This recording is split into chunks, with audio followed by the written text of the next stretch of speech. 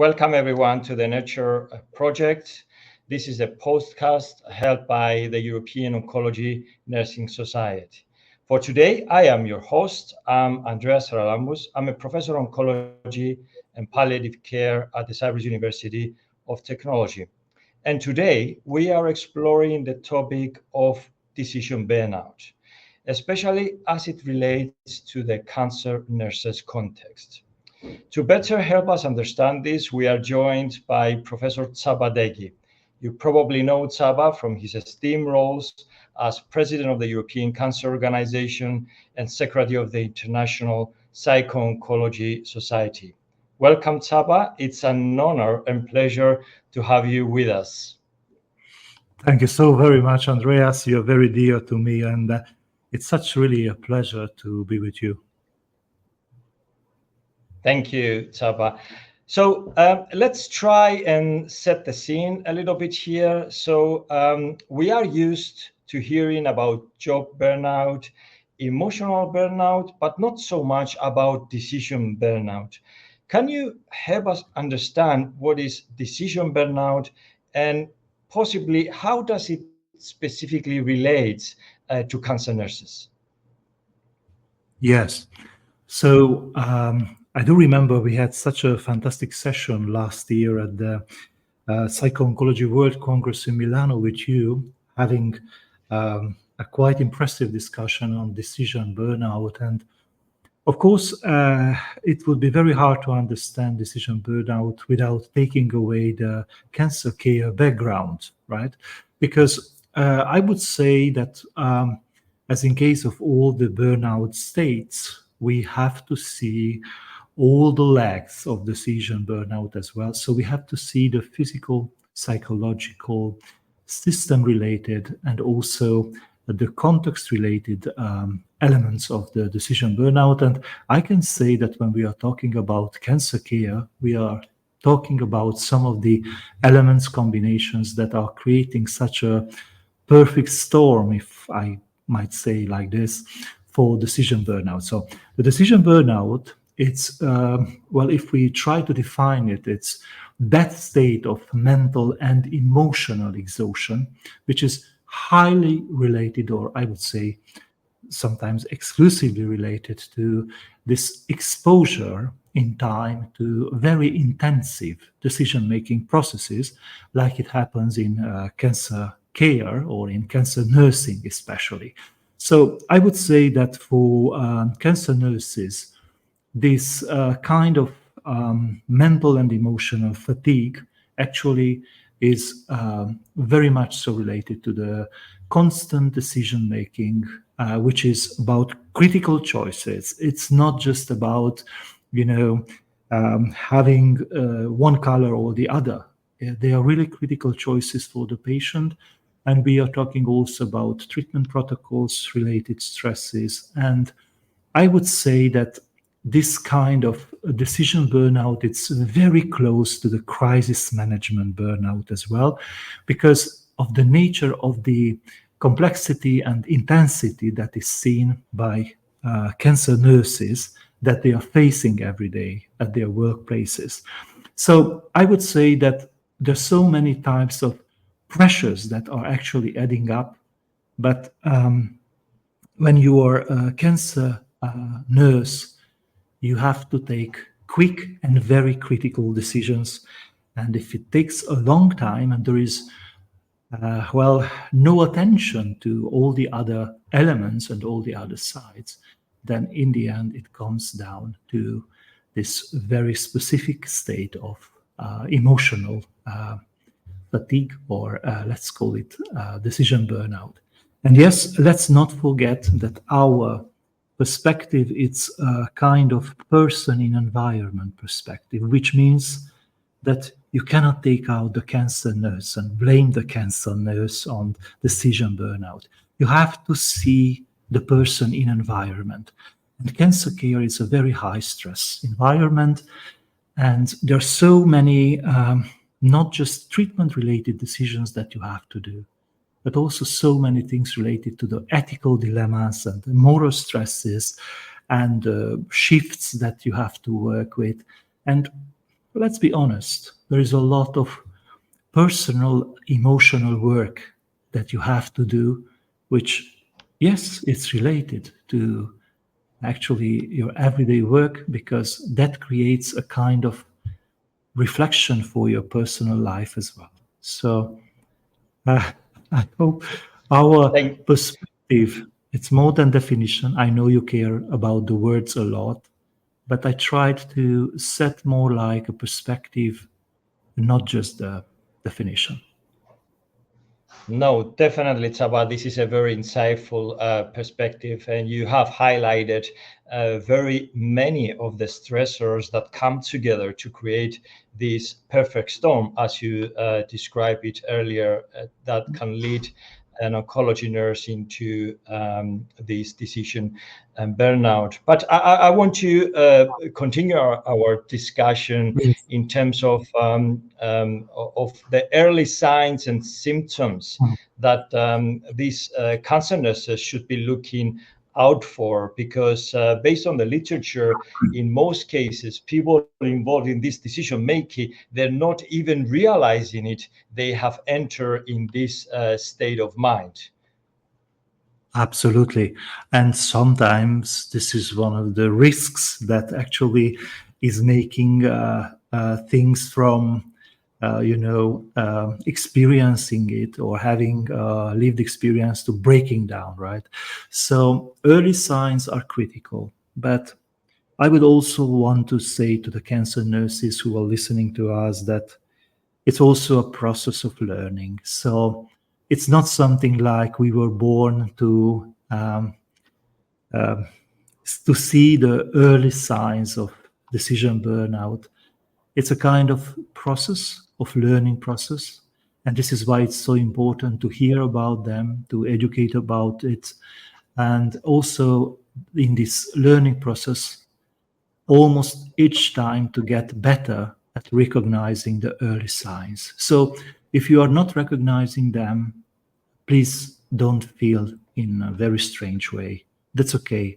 Nobody is born with, being aware of the decision burnout, early signs, but it's very important to educate yourselves about it. So always remember that we are very complex beings. We are layers of onions, and it depends on your very own nature, on your own very own setup. It depends where you will see first the decision burnout warning signs. It can be physical, it can be cognitive, it can be on psychological level. So you know your world the best. And if you know that you react to high intensity situations, maybe first with your body, or maybe with your cognitive functioning, then you probably would love to start with the place where it's most familiar to you. So, early signs can be, of course, physical fatigue, that kind of fatigue, physical fatigue, that, you're sleeping, but you're still feeling tired. That kind of the state which doesn't improve with rest. Also, sometimes some people experience headaches, muscle tensions, digestive issues that are not related to a specific, factor. And also, sleep disturbances are quite common because the burnout state has a lot of overlap with the states that we know from depression, or maybe sometimes even from hopelessness or helplessness. So, if you are on that side of the story, of your world is reacting to high intensity with your body language, then you should check these signs first. And then, of course, very important to see the cognitive part, because sometimes you will see that there is a so-called decision paralysis. So burnout doesn't come from one second to another, decision burnout as well. But it comes with many other pre-states. One of the pre-states is decision paralysis, which means that you're struggling with the simple choices and decision making, or that you are not used to do like that. And also for decision paralysis, it's very important that the second guessing, it gets very common, very frequent. So you make a decision and then you are very much second guessing it. So be aware if you see that your decision making process, it's altered, it's changed in a way that it looks like more an anxiety, it takes more time. Maybe you have some difficulty concentrating to things. And I also, maybe it's not strictly a cognitive sign, but I know this is something we, with Andreas, we value so much in our work. It's related to the passion of doing things and the purpose of doing things in our roles. We would call it job satisfaction, but it can also be related to the part that we are functioning. So if you see these things changing, moving in a direction that is unknown or unseen or unexperienced by you, you should really take a look to what is happening. And of course, as I said, sometimes you will see the emotional exhaustion, feeling drained, irritable, with apathy, without empathy or decreased empathy. And also related to the psychological part, and I'm going to end with this on the early signs, it's actually this pattern of avoiding things. So maybe some of us are avoiding situations by procrastinating, and some of us are just avoiding situations but by not doing some tasks. So if you always start with yourself, and you know how you react to high intensity, and please check all the layers of the onion. Check the physical, the cognitive, the emotional part, and also the behavioral part sometimes, because I think we have to be very sincere about this, that the early signs of decision burnout are also related sometimes to increased errors. So maybe you do more mistakes or near misses than usual. So that also should be something that you're looking out for. Thank you so much, Csaba.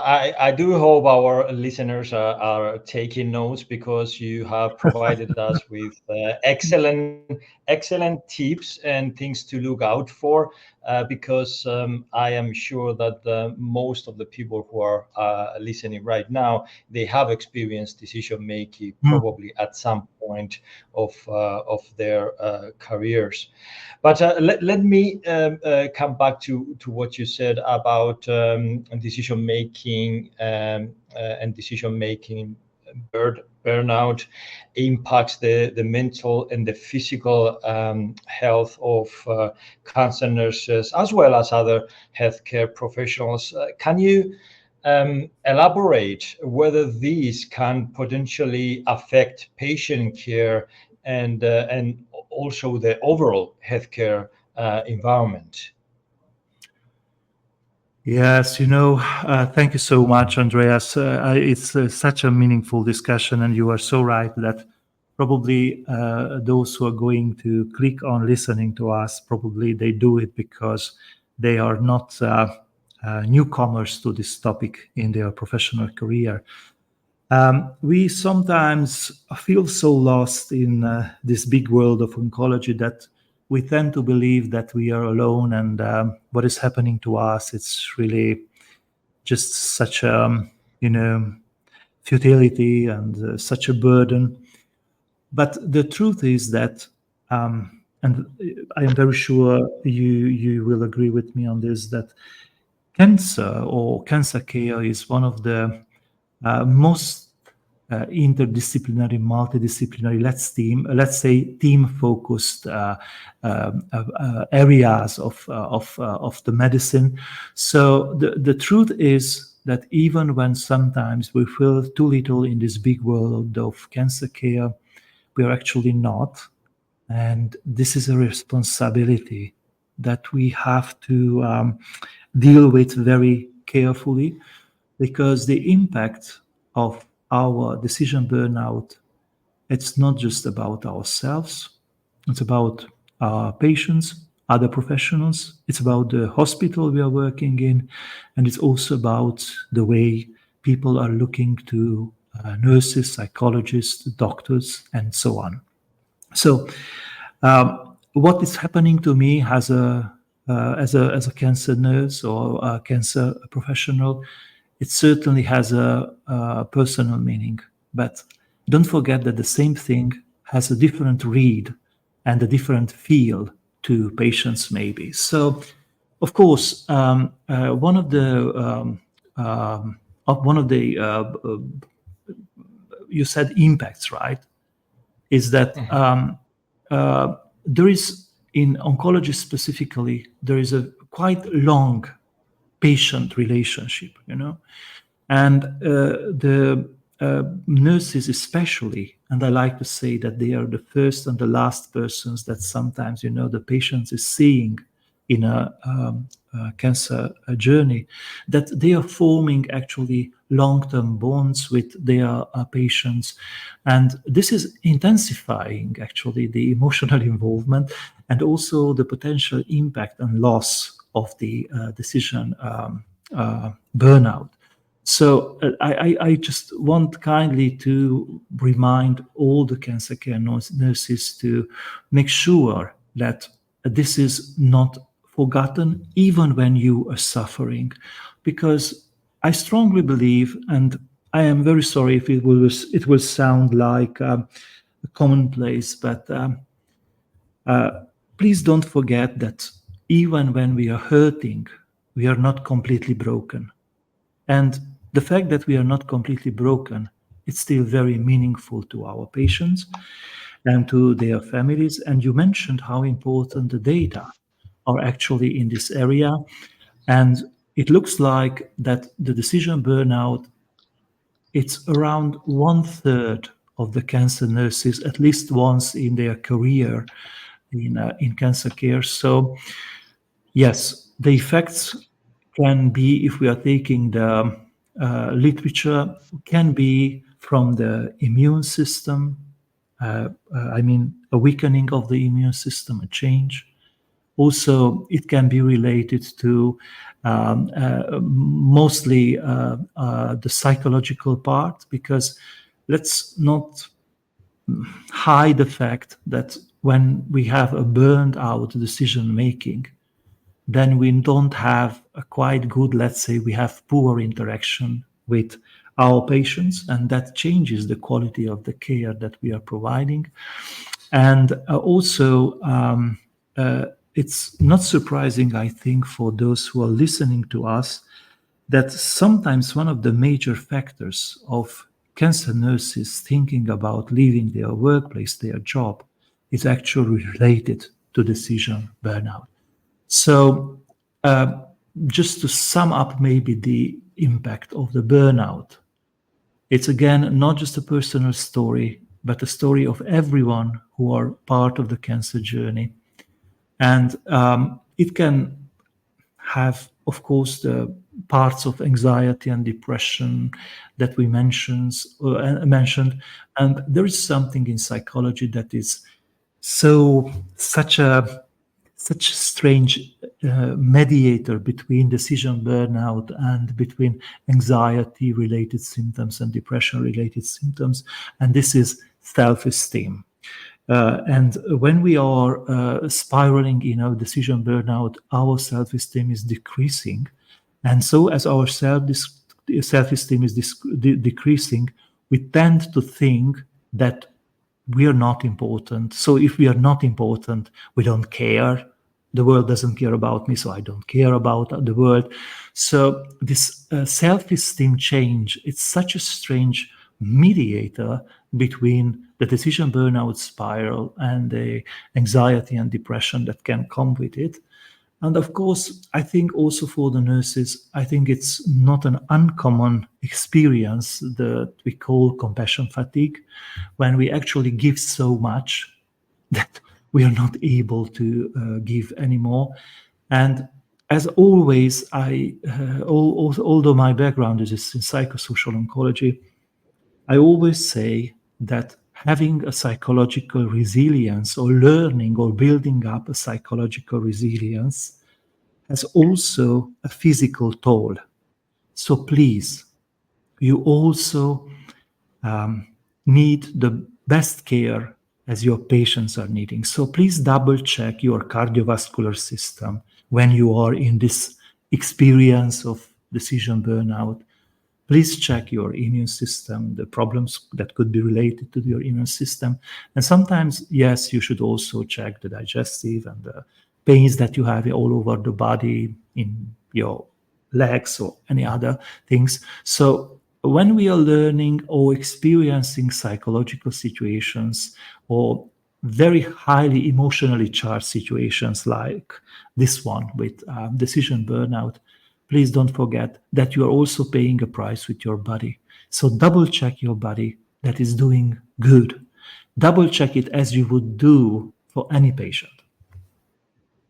Thank you so much, Csaba. These are very indeed helpful advices and a very comprehensive perspective on the impact and how decision burnout can affect not only patient care and the healthcare environment, but also the person, him or her self. But yeah, you're an expert on this. Are there any other strategies, particularly which you find from your expertise and experience much more effective to help cancer nurses either to manage or to mitigate this decision burnout? Yes, I think this is the most important question, Andreas, because in psychology, and I am very sure you think the same in nursing sciences, that it's worth the battle if you can change something, right? So in psychology, we are very much in love with processes that we think that they can be modified. So the question is if there are any strategies to mitigate the decision burnout effects that we talked about. And of course, I could enlist so many techniques, and I think we will, of course, mention some of them. But I will be very based on experience, because I know nurses. My sister is a nurse, and cancer nurses especially.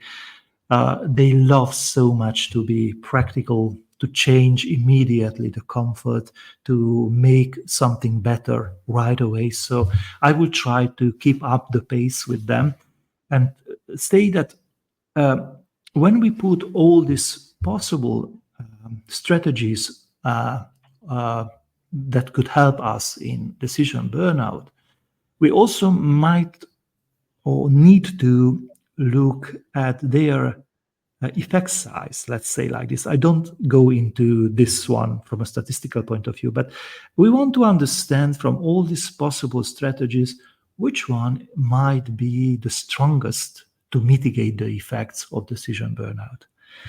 And let me tell you that you can drink a lot of water, you can not drink alcohol, you can do breathing exercises, you can prioritize your own private time. You can try to set boundaries between your work and your personal life. You can use, as I said, more exercise and more balanced diet. And of course, there are so many things that you can learn, and I will come back to this from a cognitive point of view, how you can ease up and how you can be friends with your thought stream and feeling stream. But when we put all this together, some of them that I just mentioned, and some of them that we are going to mention just in a few seconds, it looks like building a support network is one of the strongest strategies that you can use in decision burnout. And it makes a lot of sense, because eating better, moving better, learning to set your boundaries are all things, strategies that you can do for yourself. They are very person-related strategies. that human beings have this very sort strange of uh, tendency to bring more and better when we are together with others. So if you are in a decision burnout situation, you should always choose what is best for you. Maybe it's something that you can change in your diet, or you can learn how to refrain your thoughts. You can practice some acceptance. You can use more problem focused strategies. But please don't forget, even if you use the best exercise techniques, the best ones, if they are only about yourself, they are going to be less impactful.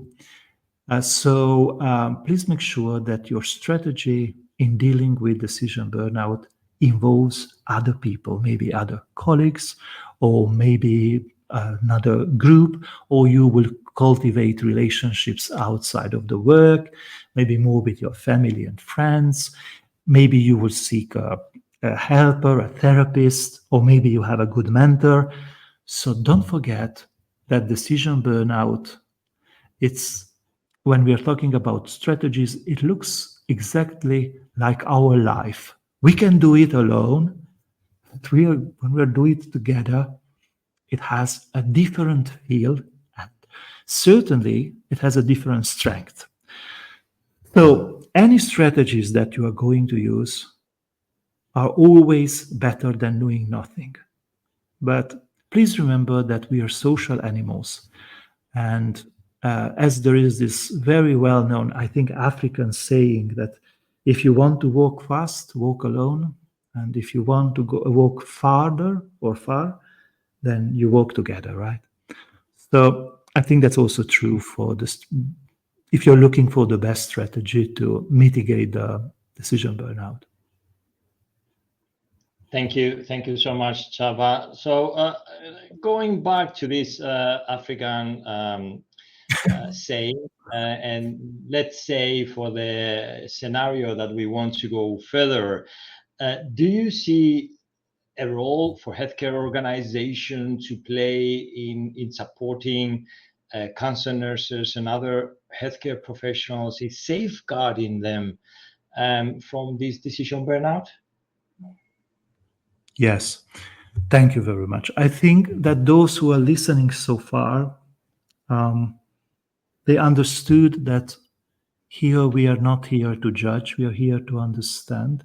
But also, when we are talking about change, we are not here to say, well, you can change and that's it. No.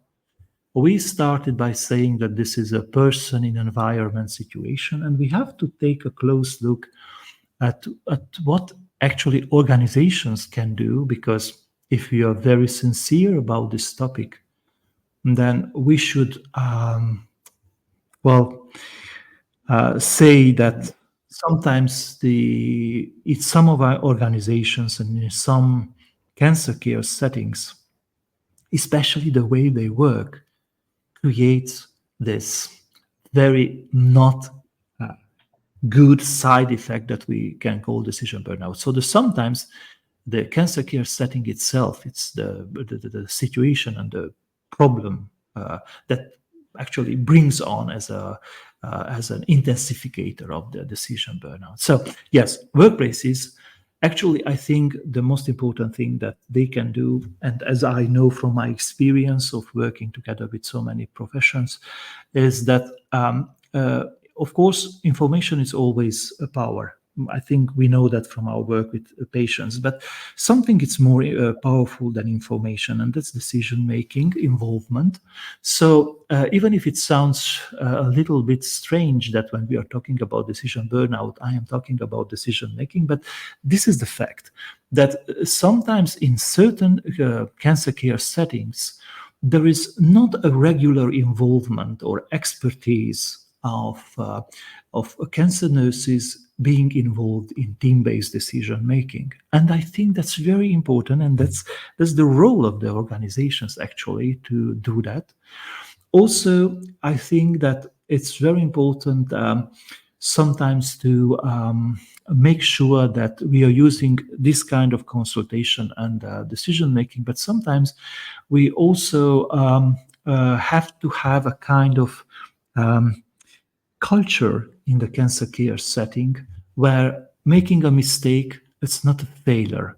Recognizing our mistakes and feeling close together and assuming them together can create a so-called workplace culture that is very hard to define, but this is the unwritten substance of the work that we carry out every day. So I think that always trying to have a sort of stimulating a workplace culture, but also a workplace culture that tries to reduce the mental burden and which says quite clearly that when you are not in your best shape or form, you are not alone. We are here for you. And this is the role of the organizations to do that. And I am sure we are aware of the fact that the role of the coordinators and of the workplace to help us in dealing with workplace well-being started in the 1950s. So this is something that is in the papers. It's something that we should take it very seriously when we have a chance to be the leaders in a cancer care setting. So I would say that this could be something minimal that workplaces could do for us when we are facing this kind of situations, and also to prevent this kind of situations. These are the two elements that I feel they are very important: involvement in decision making, consultations, and also this part of creating the culture in which at high intensity you still have a buffer, and the buffer is not just yourself, or the buffer is the place where you work and the people that you work with.